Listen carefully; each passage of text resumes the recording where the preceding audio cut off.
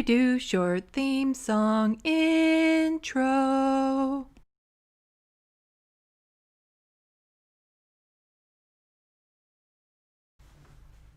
Hello, I'm Sandy. Welcome to Left of the Box's News Bites. Today I'm going to talk about Pharmacare for All and why it's important it's implemented on a federal level. But before I get to that, please be sure to like the video and subscribe to my channel if you haven't already, and leave a comment. The algorithm god really loves the attention, and it helps me get attention without costing you a thing. Also, please consider costing you a thing by becoming a Patreon for as little as $3 a month to help me grow this channel. Link in the description box below. Recently, consideration for a universal pharmacare plan has been in the news because a private member's bill put forward by NDP's Peter Julian was selected to be introduced into the Commons. The bill is called the Canada Pharmacare Act, and it will be up for debate and potential passage. Currently, around 7.5 million Canadians have to pay out of pocket for medication. This bill would have the federal government negotiate with each province to make sure a drug plan is universally accessible to the public. This would fill in the patchwork of different plans the provinces currently have, and people could expect comprehensive drug coverage, regardless of which province they're in, allowing people to move freely between province to province without fear of losing their coverage. There is already pushback from the Bloc and Conservatives, so for this bill to pass, the Liberals would have to keep a campaign promise, which is never a good thing to have to rely on. NDP leader Jagmeet Singh is throwing down the gauntlet in challenging Prime Minister Justin Trudeau to back up his promise to implement a national pharmacare plan. Do they actually mean what they say? They've promised this for years. They promised it in the last campaign. They talked about it in the throne speech, Singh told a press conference Wednesday called to discuss his party's Canada Pharmacare Act. So are the Liberals just talk? Because here's an opportunity to back it up. The answer to that is yes, the Liberals are mostly talk.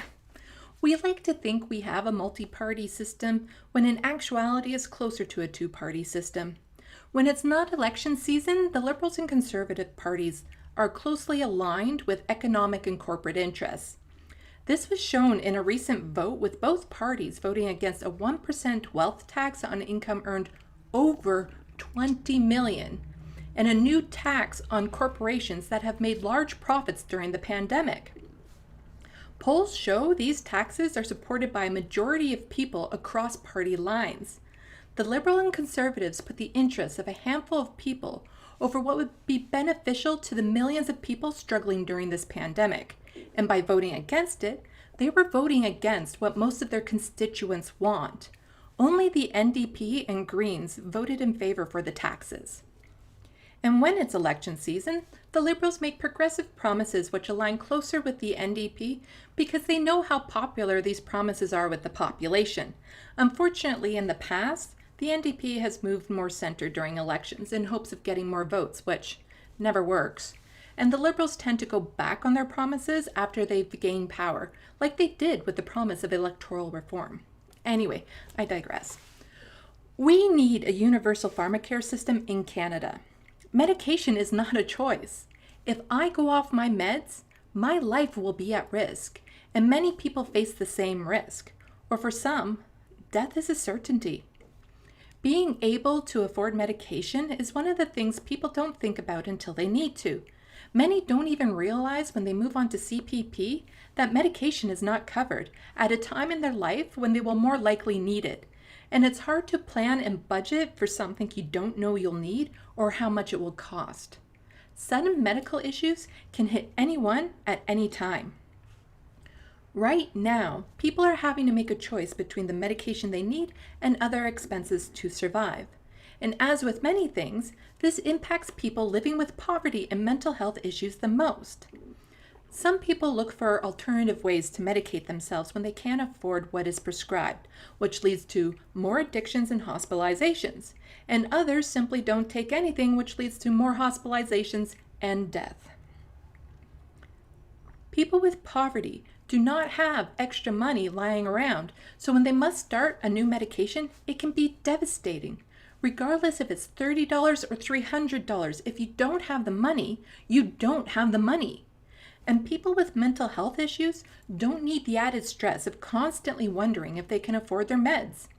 And what happens to these people when they don't have access to their medication?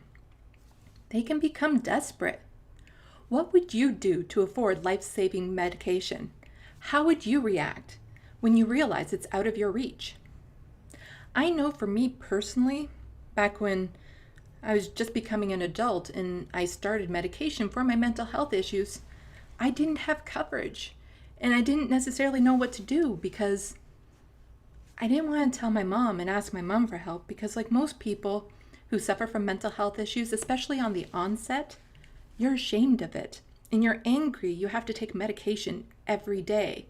You feel like you're defective or damaged and you don't want to become a burden on the people around you and you don't want them to know because you're afraid they're going to treat you differently, like you're somehow a threat or a risk or unstable, which, at times I was unstable. So I had to work with my doctors in order to find ways of getting my medication. And it was a struggle. There were months I was really worried about whether or not I could get it. So when it finally came to the time where I was able to get coverage on a regular and consistent basis, that burden was lifted off my shoulders, and I can't really describe what it's like unless you've been through it. It's important to take away stress from people. We have enough going on in our lives as is. We don't need extra stress or extra complications. And if we can take any of that away, great. I want other people to never have to worry about how they will pay for their meds again. And for the people who've never had to worry about it, I never want you to worry about it. I never want you to suddenly find out that you have to take medication and struggle to pay for it or wonder how you're going to pay for it. We can do this and we should do this. It really benefits society as a whole when people are properly looked after by the government. Isn't that part of the reason why we pay taxes? If a person is able to manage an illness or ailment with medication, it means less time at the hospital and less time at home suffering, and more time in the workforce or contributing in other ways to their community and living a good quality of life. In the end, it saves money, it saves lives, and a healthy population leads to a healthier and safer society. And it's the compassionate thing to do. Please contact your MP and tell them you support MPs who support Pharmacare for All. We need to remind them we voted them in to represent us, not corporations or the wealthiest few. If we work together, we can make universal pharmacare a reality. This is my 2 nickels on the issue. I'm sure I'll have more thoughts on Pharmacare as it progresses or is stopped in the comments. Links to the stories can be found in the description box below, and please share how universal pharmacare would help improve your life in the comments section. Thank you for watching and stay tuned. I'm Sandy, wishing your tomorrow is better than your today.